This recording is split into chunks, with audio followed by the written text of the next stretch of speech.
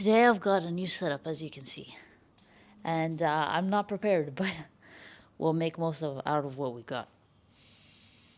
Oh, okay. I'm breathing because last time I tried to make this episode and it didn't really work because words weren't coming out of my mouth. But this time, by the will of Allah, words are actually going to come out of my mouth, hopefully. Yep, hopefully is the key word. Inshallah. Hello, everyone, and welcome to the Hippiearab Podcast, also known as Uncomfortable Truths, with your host, me. Hi, my name is Farah, also known as Farah, also known as Hippiearab. Oh my god, I'm so nervous. What's going on? Okay, so today is, as you can tell, I'm a little bit agitated, but that's just because this is kind of a big topic, and it's not a big topic like that. It's a big topic for a Muslim girl. But if another, white dude just saw this topic, they'd be like, whatevs. That's your typical Netflix show. Is it really important? And so that's why I guess I'm a little bit nervous because of how much this affects Muslim girls. So I'm going to try to do it justice. I'm going to try, by the will of Allah, to make this as impactful as I can make it. Before I start, I would like to announce some really awesome news. Okay, so you know how for the longest time I've been on social media, but I just have not bothered following in the footsteps of most social media influencers, that is, the marketing aspect of all things. Yeah, well, yesterday I woke up and I decided, hey, it would be really cool if girls around the world just wore what I always wear. And that is my prayer gown. So what I'm doing, that was so anticlimactic. What I'm doing is I am manufacturing my prayer gown in a mass type of production in hopes that girls around the world are all going to be wearing a generic grandma's tablecloth. So we can all be tablecloths together. And also we can pray in decent clothing, So that's going to be out soon. Watch out for that. I'm really excited. It is in the making right now. And inshallah, it becomes a success. But right now, it is our little secret, even though I'm literally divulging this on the biggest platform. But yeah, so that's awesome news. Also, a little bit of a disclaimer. I am in front of a construction worker group team that are literally, and I kid you not, building 1, 2, 3, 4, 5, 6 buildings in front of me. 6. And they're making excellent progress, which is why the noise is so much. Okay, on to our video. What I see this video as is a video for my younger self. A video for my 16 to 18-year-old self who was Muslim by name, but by practice didn't do very much. She just did the basics. She prayed because she was told to pray. She fasted because she was told to fast. She did everything because she was told to do it because her parents are Muslims. She grew up in a Muslim family. I don't identify with her anymore. No, the thing is, she is me. I am her. But if we had a conversation, it would not be a very productive conversation. I don't think. If anything, Islam was kind of like a cultural thing for her. If she was asked about it, she would water it down as much as she could. She would saturate it. She would try to sugarcoat things to make the other person feel comfortable about the concept of Islam. If she were asked, what is Islam? She'd be like, it's peace. It's just peace. We're just all about peace. Now, if you ask me, I'm going to be like, it's actually a terrorism group. No, I'm joking. Coping mechanism of mine is joking. So please accept my joking coping mechanism. What I'm trying to get at is we would have very different responses, but that's because we value different things and we're not trying to please the same entity, obviously. And so that's what I want this video to be, a video for her, because I want to kind of show her that the architecture of her brain was not the most effective going through life. And I know that a lot of girls are like that nowadays, especially with the added aspect of social media, the scrolling, doom scrolling, the brain rot on social media and on the internet in general, and the amount of distractions in life. So, I thought this video would be a little bit necessary to put out. one key thing that I would first like to mention is that every Muslim needs to find Islam for themselves eventually. You can be born into a Muslim family, you could be Muslim by name, you could have the most excellent Muslim parents, the most excellent Muslim family, but you have to find Islam for yourself. You can't just be given it, you can't inherit it, you can't kind of cheat it out of something or someone else. It's kind of, you know how they say it's a journey? It is a journey, but like your life is a journey. And it's almost like a concurrent activity with your life. As long as you are living, you are understanding yourself along the lines of Islam. You're never done exploring, investigating, understanding. This is like a lifelong journey. And so it's normal for people to be confused at times. You know, it's normal for people to have ups and downs in this journey because that's what a journey is. You know how a mountain range is going up and down? It's like you're not going to be going uphill on a mountain forever. That mountain doesn't exist. Mountains have, high slopes and they have negative slopes. So it's like that's the normal curvature of the journey of Islam. The journey of anything, really. It's just to say that Islam doesn't have a cheat code. You have to find it for yourself. And so if any Muslim girl is trying to do that, this is a good place to start. The conversation of the hijab. Because trust me, the hijab, you need to know why you're wearing it to wear it. If you don't know why you're wearing it, you're not going to continue wearing it forever. Because it's not, especially in a Western civilization, it's not an easy thing to do.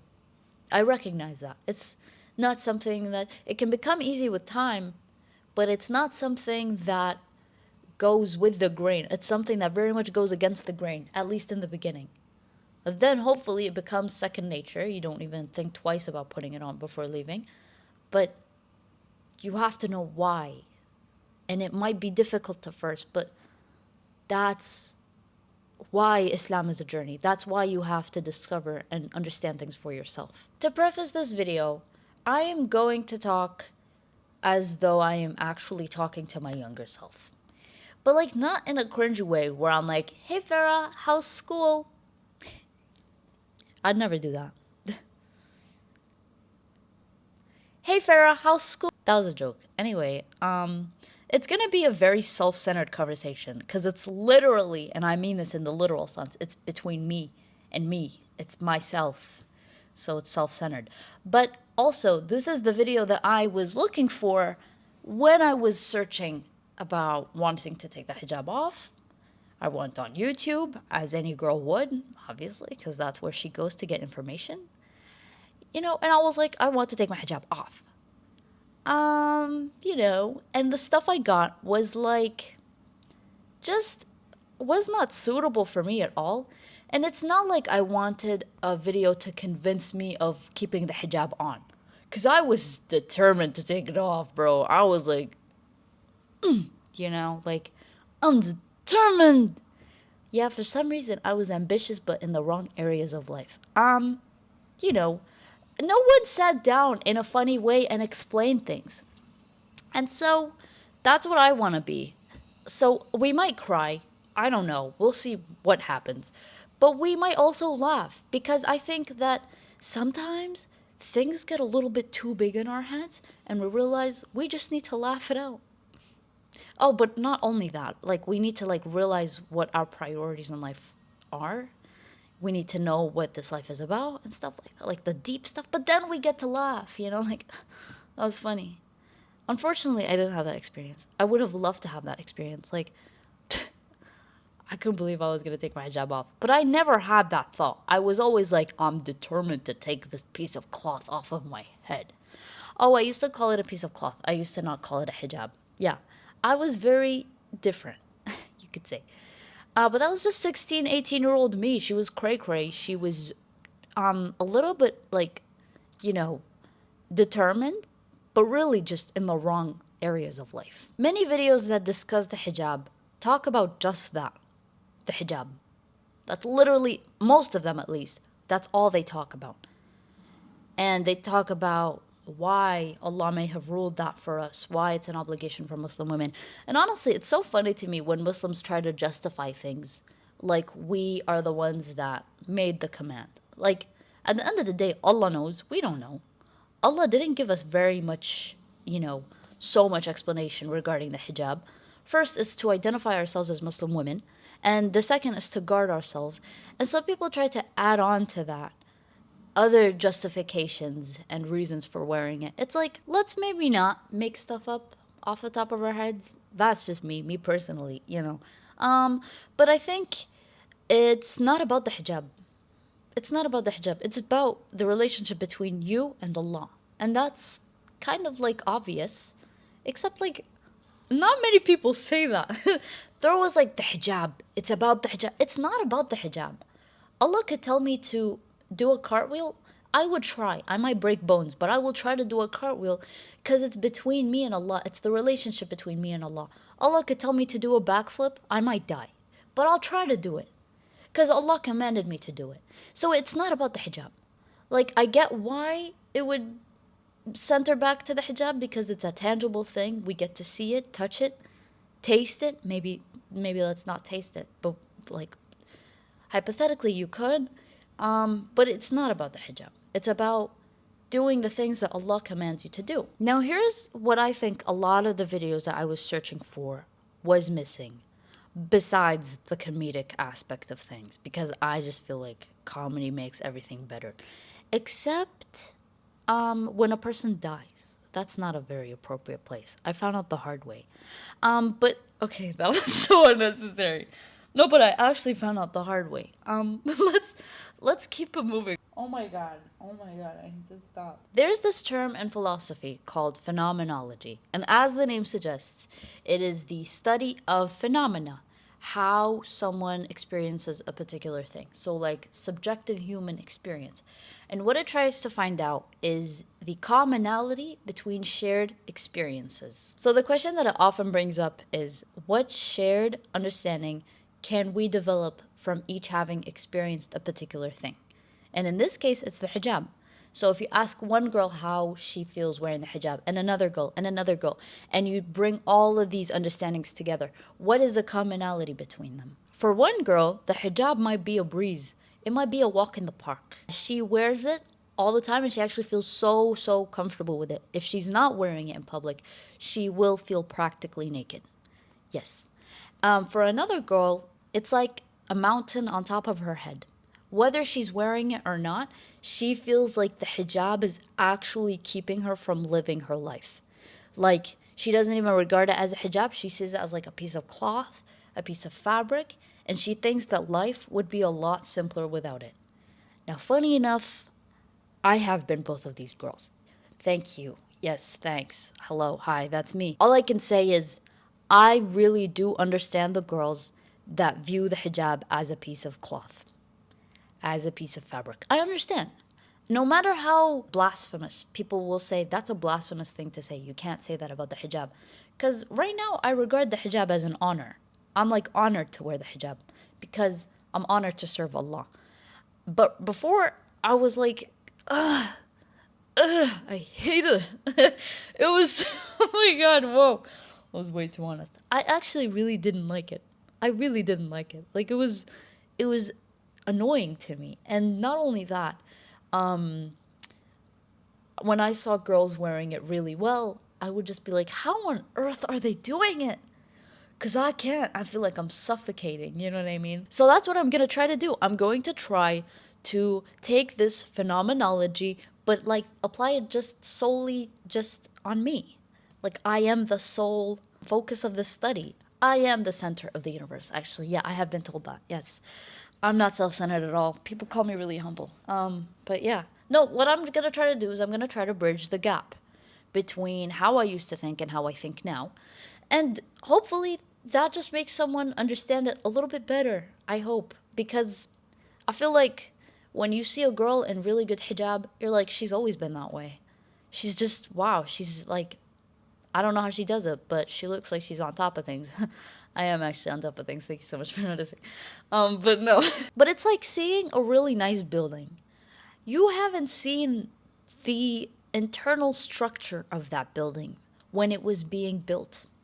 Yes, I'm saying that because I have an entire construction site in front of me. But it's like when they're starting to make the building, it looks ugly. It looks fugly. It looks like it's going to break down at any moment. But, it's in the process. It is. And so that's what I think happened with me. It was like a refinement thing, except I did take the hijab off at one point, which I would regard that as like the building collapsing, but then they built it back up. You know? This is very symbolic. This is very metaphoric. I hope you get the picture. Let's take a sharp U-turn. Let us talk about women's dress. Because if we're going to be talking about the hijab, we kind of need to address the obvious. The elephant in the room. Nay, the ginormous dinosaur in the room. Okay, we're going to be talking about women's dress. Why do women dress the way that they do? Well, here's my analysis of it that no one asked for. I think a lot of women's dress can be attributed back to society and culture because we're not born wanting to wear like high waist jeans and like sorry, that was so funny. This is a very loaded question, but there's this very nice thesis that I saw. It's called Revealing and Concealing, a qualitative study of young women's views of dress choices. And it basically asks women why they dress the way that they do, their dress choices. Of course, Caucasian women. But like, what are you going to do, You take what you can get. And honestly, the answers were pretty, like, common. They dress in a way that is comfortable to them. But here's the thing. What constitutes comfort? What exactly is comfort in a nutshell? Comfort is not being out of the norm, kind of, you could say. Comfort is not sticking out like a sore thumb. Part of what comfort is, they say, is that it goes back to how they are perceived. If their outfit is a little too extravagant for something, they're not going to feel so comfortable, That's just part of what constitutes comfort. Of course, there are other things like the fabric and everything. I suggest you read the paper. I read parts of it, if I'm being honest. But it's interesting because it gets at what women think when they dress. Again, Caucasian women. But, the more perspectives, I guess, the merrier. In this case, it's a lack of perspective. Now, let's talk about the culture aspect of things. What is culture? How would you define culture? Me, I used to define culture as my traditions, my family history, my heritage, where I grew up, my home country, things like that. That's culture. But baby girl, what do we have today that we didn't have 20 years ago? I wish I had a spare phone. Social networking sites. Oh, I'm trying to do the Angelica. Social networking sites where people can be social. And so that's not specific to where you are in the space-time continuum. I love saying the space-time continuum. It makes me sound smart. But it really has nothing to do with where you are physically. So anyone across the world can access these social networking sites, provided that they have internet. And they can connect with people all over the world. So our culture has been shifting drastically. It has been shifting by insane measures over the past 20 years. No one actually says it though. Like, for some reason, I still see people pretending like outside cultures haven't seeped into their cultures. Like, it's bound to happen, and it probably has already happened, but we don't outright explicitly say it. Now, I didn't say social media. I said social networking sites because I actually wanted to focus on the word media for a second. So before these social networking sites, people still like to interact, by the way. People weren't just introverts stuck at their home. People liked to know what was going on. They liked to scroll. They just didn't know it yet, and they didn't have the facilities to scroll yet. So what they had was different types of media to broadcast messages, to broadcast ideas, to basically gossip, but on a formal level. So, like magazines, TV shows, people still like to connect. They weren't weird, I hope. And so media was around forever.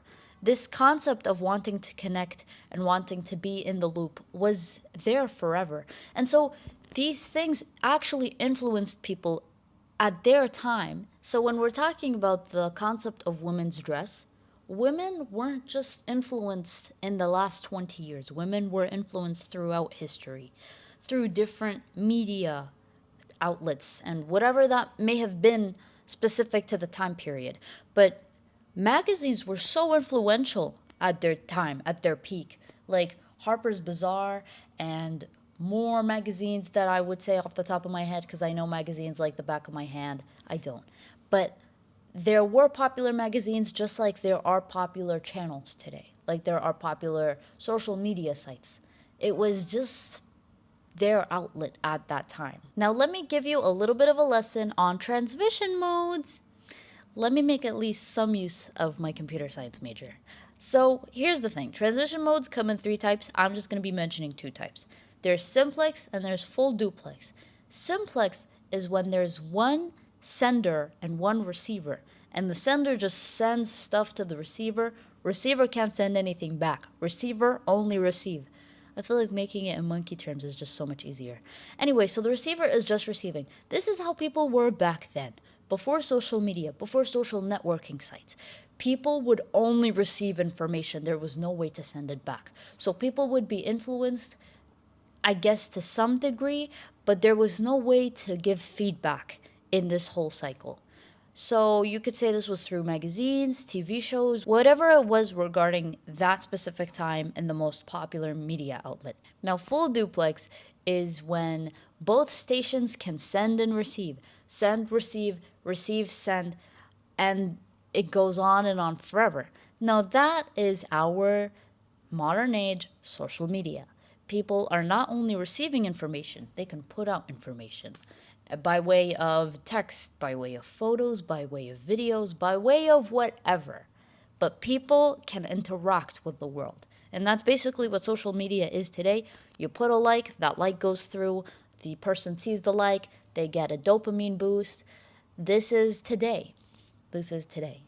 It's terrifying. All that to say that, baby girl, it really is that damn phone.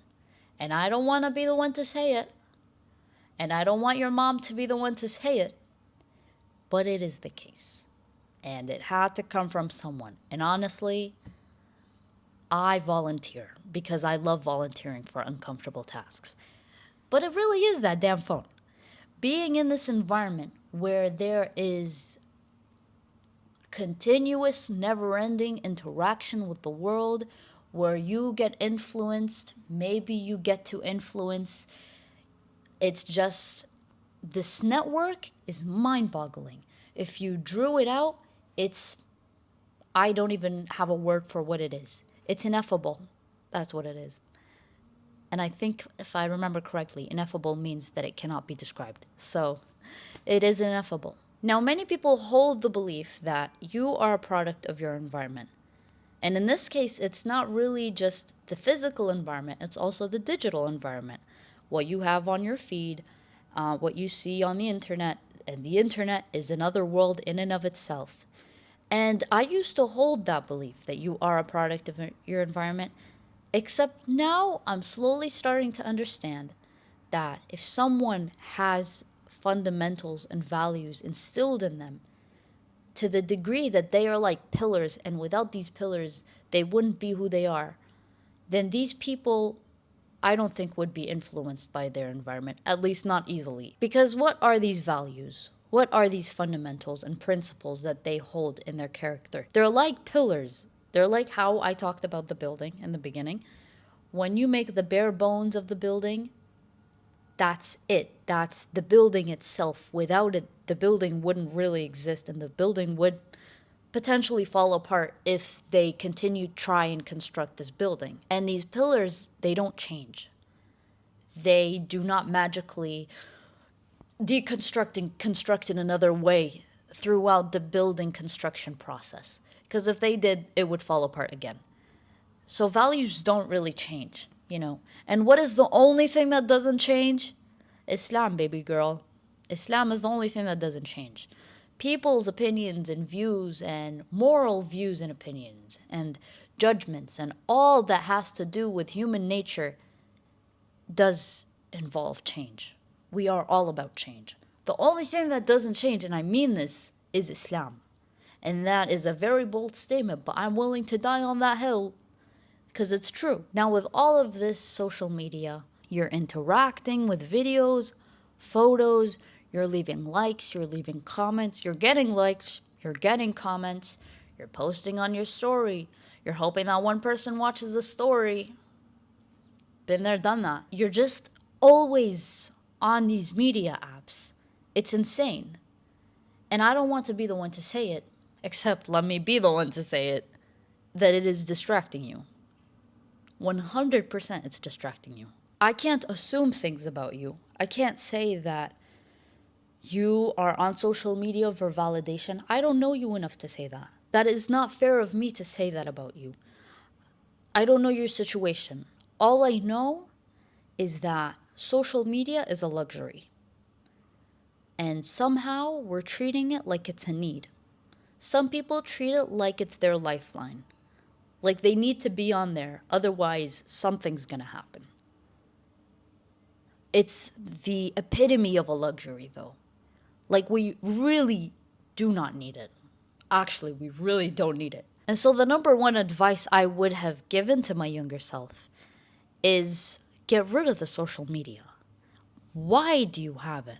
Unless you're trying to actually leave a positive mark in the world, you're teaching people about Islam, or you're trying to make people laugh, or you're doing something else that's positive, teaching people about something else. I admire that. That's amazing.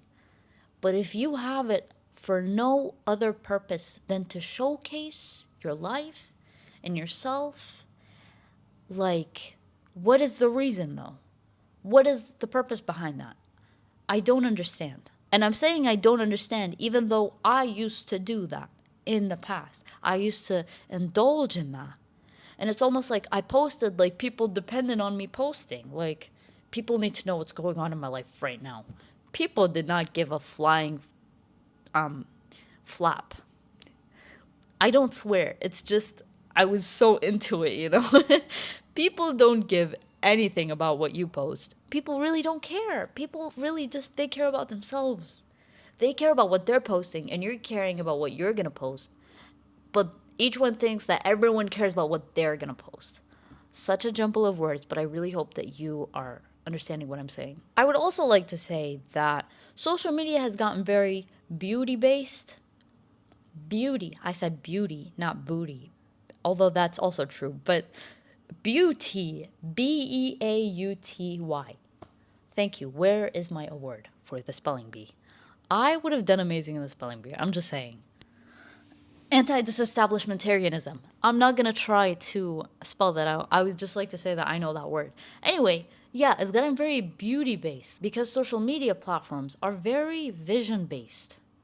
They rely mostly on your sense of sight for it to be visually appealing, for it to succeed in the way that it did. So obviously, we're going to be attracted to things that are aesthetically pleasing to the eye. Like, you can argue that there is objective beauty, you know? And so we start following that. We start watching that.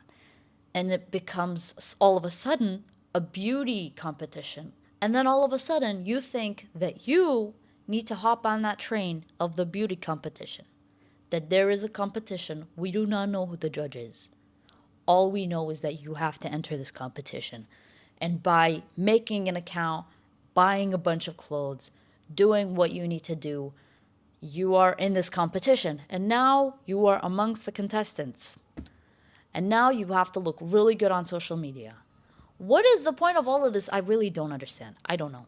Except I used to be a very major contestant in it, which is very embarrassing for myself to say. But, you know, been there, done that. I have really tried everything. Okay, not everything, but like most things, I'd say. I hope that everything that I described is somehow relevant to you because it was very much relevant to me. I was on social media like I was a fashion influencer, even though I had 200 followers. And I thought they were like in need of me. Like I was bestowed on this earth for them, to help them. And so to succeed in this beauty competition, every Muslim girl at some point thinks that she needs to take the hijab off to compete better in this beauty competition. What's the prize? I don't know. Attention? I don't know. But been there, done that. I'm not saying I wasn't there. I'm saying I was in the competition, and then I realized that the prize wasn't worth it, and then I left the competition. I was like, you know what? You guys can have this. I'm gonna go over there. And I did do that. It was very much not worth it, and it was very taxing on the brain. Now I'm gonna do another video talking about validation and how honestly it messed me up, like the whole game of validation and seeking it and trying to get it, because that's like a whole video in and of itself. But I just wanted to say that in a nutshell, it's kind of like the scheme of it all is like a competition. And you either get in or you get out. And by the way, sometimes people who are in it don't actually know that they're in it. But they are. Oh my God, that sounded so British. In it. In it. Oh my God. Now I'm never going to stop. Once I start, I never stop. In it. Hopefully I make the video about validation and I pump that out so it would be complimentary to this video. But here's what I want you to think about. Here's what I want you to be obsessed with. Here's what I want you to think about day and night, before you sleep, when you brush your teeth, when you eat breakfast, everything. What do you have besides your beauty? What do you have besides the way that you look? Besides the way that you present yourself? Besides your selfies? Besides whatever? Besides the visual aspect of you? The you that's on social media? What do you have besides that? I know I asked the question like I'm insinuating that you don't have anything. I'm trying to do the opposite, but I'm failing epically. I'm trying to insinuate that you have things besides your beauty. That you have so much more. And I talk about that in my video titled, You Don't Have to Be Pretty.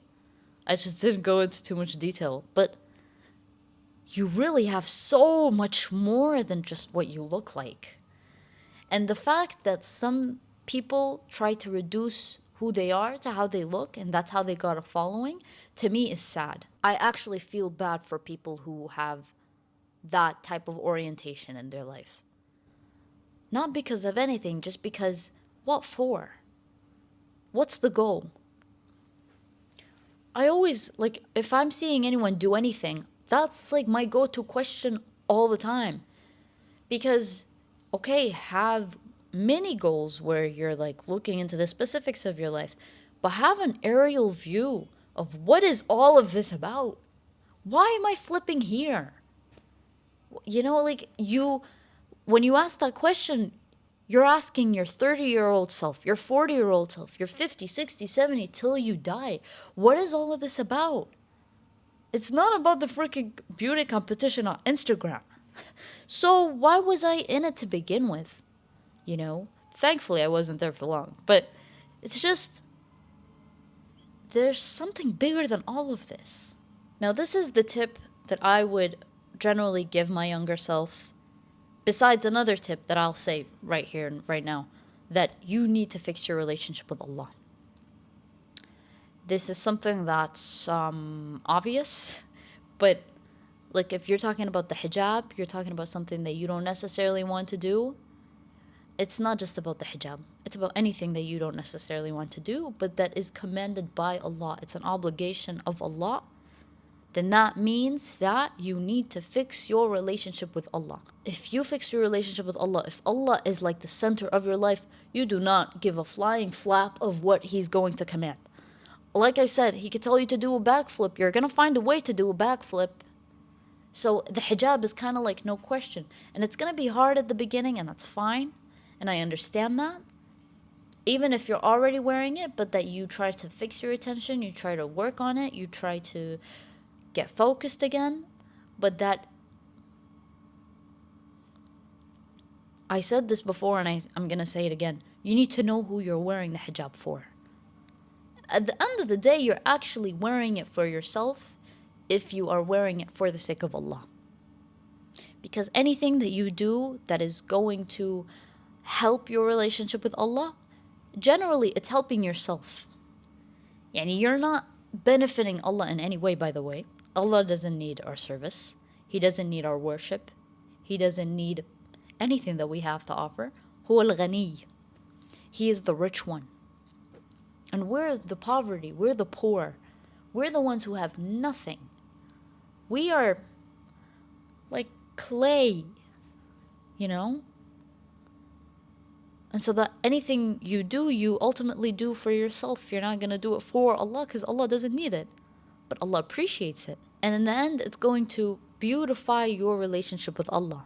Because Allah sees that you are doing things for the sake of Him. For yourself, but for the sake of Him because He commanded it. At the end of the day, this is the core thing that you need to have in your brain. Allah wants you to thrive. Allah wants you to succeed in all aspects of life. Allah wants you to be the best of the best of the best.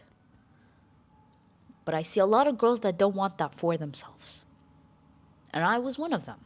I thought that if I wanted to succeed, if I wanted to get ahead, if I wanted to do amazing, incredible things in life, then I have to do what the people are doing. I just have to do it better. But it's not about what the people are doing. It's about what Allah told you to do. And whether you like it or not, that is Allah's obligation. But doing it ultimately is going to benefit you. Allah already has the best version of you prepared for you. You just actually have to follow His obligations. You have to follow the Quran.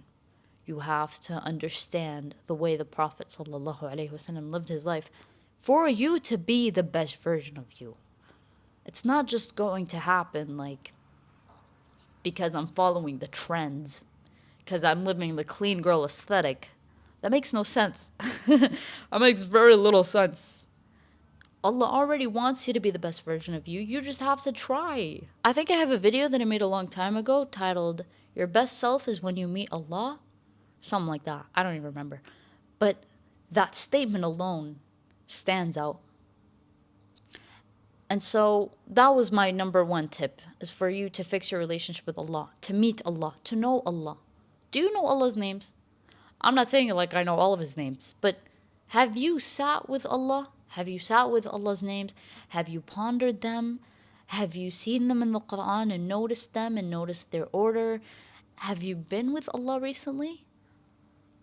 That's the thing that first and foremost I would like to say and that I want you to focus on. My second tip, and this is not the most, I would say Islam-oriented tip, although it does have to do with Islam. I'll explain it later. But this is a tip that I hold so near and dear to my heart. I'm stretching out the whole talking about the tips so you get to be like, oh my God, what is this tip? What is this piece of advice? That's what I want you to be like right now.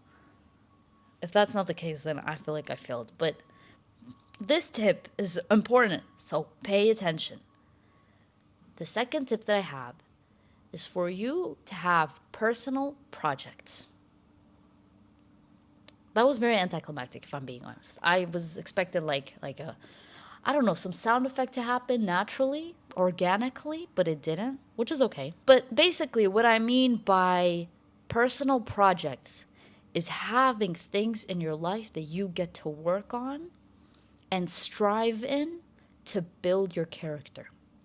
Because I just said that you have a lot more than your beauty. And beauty is something tangible. Beauty is something you can see. These character skills, the growth that you develop in your character as you pursue these personal projects, aren't the most visible. But guess what? It's visible in your mental health. It's visible in how you operate in the world, how you treat people, how you live your day-to-day life. It's visible in how you treat this life. It's visible in how you treat yourself. Because these personal projects can be anything, really. Like, it's kind of like a DIY, but for your life. It's kind of like this life is a game. You get to pick the level. You get to pick the adventure. You get to pick da-da-da-da. I'll give you one example of a personal project. Memorizing the Quran. I cannot get more personal than that, bro. But that's one personal project. And by the way, it doesn't have to be related to Islam. It's just your intentions have to be right, because at the end of the day, everything we do is to worship Allah. Alhamdulillah. And so have these things in your life to just be better, be cooler, be more skilled in stuff. Like, okay, I'll give you another example, because memorizing the Quran is like on everyone's to do list. I'll give you a better one. Astaghfirullah, there is no better one, but I'll give you another one. Excuse me, I'm not the most creative person, but you could maybe start learning how to cook. You could be an amazing, amazing chef. You could start cooking some gourmet meals, and then your family would be like, how did you learn? You're just like, it's a personal project. I can't say anything about it. You could be like cool and mysterious like that. You choose not to, though. You choose to focus on how you look like, when you can basically be competing with Gordon Ramsay. You know, honestly, our priorities in life need to be checked. But okay, imagine I said like a way cooler personal project than cooking. But literally type up personal project and see what catches your interest. Because there's so much more than just social media. And by the way, university and the workplace, unless like you like that and you're like so into that, then pursue that and make many sub personal projects relating to that or whatever. I don't know. I feel like I haven't met any person that likes their field of work. I guess it would be a miracle if I saw that. Make a website. That's a nice personal project. Start painting. Did you guys know that I painted the Mona Lisa? It's very unnecessary. I didn't need to say that. But yeah, painting. That was so random. I can't show you because like I'm not painting souls anymore. That's like an Islamic thing. But like I actually painted her and she kind of looks like the real Mona Lisa, sort of. I used to be a painter, you guys. I used to be a lot of things. I went through so many like character shifts. I was like so many characters in the game, you know? Now I'm this character. I don't know what character I'm going to be in the next 5 years. We're going to see, but I'm excited to see. See, that's the thing. You never really know. You just kind of go with the flow. But when you're doing personal projects, you're like so entranced in the things that you're doing that you forget about the tangible things. Like, add on top of that, deleting social media and like kind of just staying away from the world, but not in a weird way, in like in a kind of like in a mentally healthy way. You get to do so much without realizing that you had this time to do so much all along. It's just like kind of you were fiddling in the wrong places. Now let's bring our focus and attention back and let's fiddle in the right places, you know? And that is through personal projects. That is what you want to do with your time.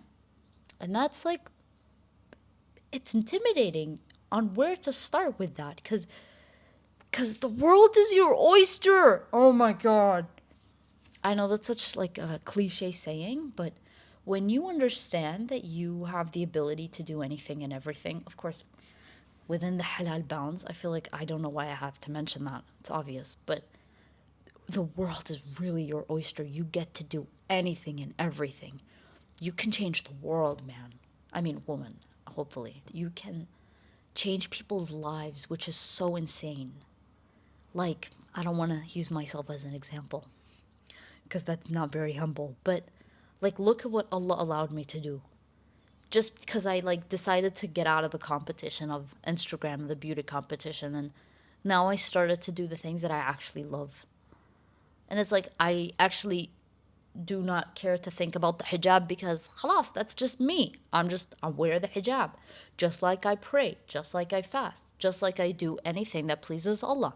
It's like now I'm thinking about other things. Now I kind of like want to level up in the game. Literally, yeah. It's just our focus was in the wrong place, I think. And my focus before was in the wrong place of how I used to look like. It's like, there's so much more. Oh my God. There is so much more, bro. I mean, woman. Sorry, I keep forgetting that. I have 3 brothers, so I'm very masculine in my speech. But gosh, I just keep going on for hours, but I'm gonna I'm gonna cut it here so I don't keep repeating myself, but I hope you get the message. I hope you understand what I'm trying to say, because what I'm trying to say, I don't think can be contained in words, but can be contained in my excitement that you can see right now. Unless you're listening to this in podcast form on Spotify or some other place, in which case I feel bad for you. I hope that this was helpful to you. I hope that you laughed. I would like to make people laugh. I like making people laugh, like a lot. And also, I hope that this in some way changed your perspective about a couple of things. And so, with that, that's a wrap. I will see you in the next episode. And until then, have an amazing day, week, month, year. No, 2 weeks. 2 weeks. I'm going to post in 2 weeks, inshallah. And we'll see how that goes. Okay. Bye bye.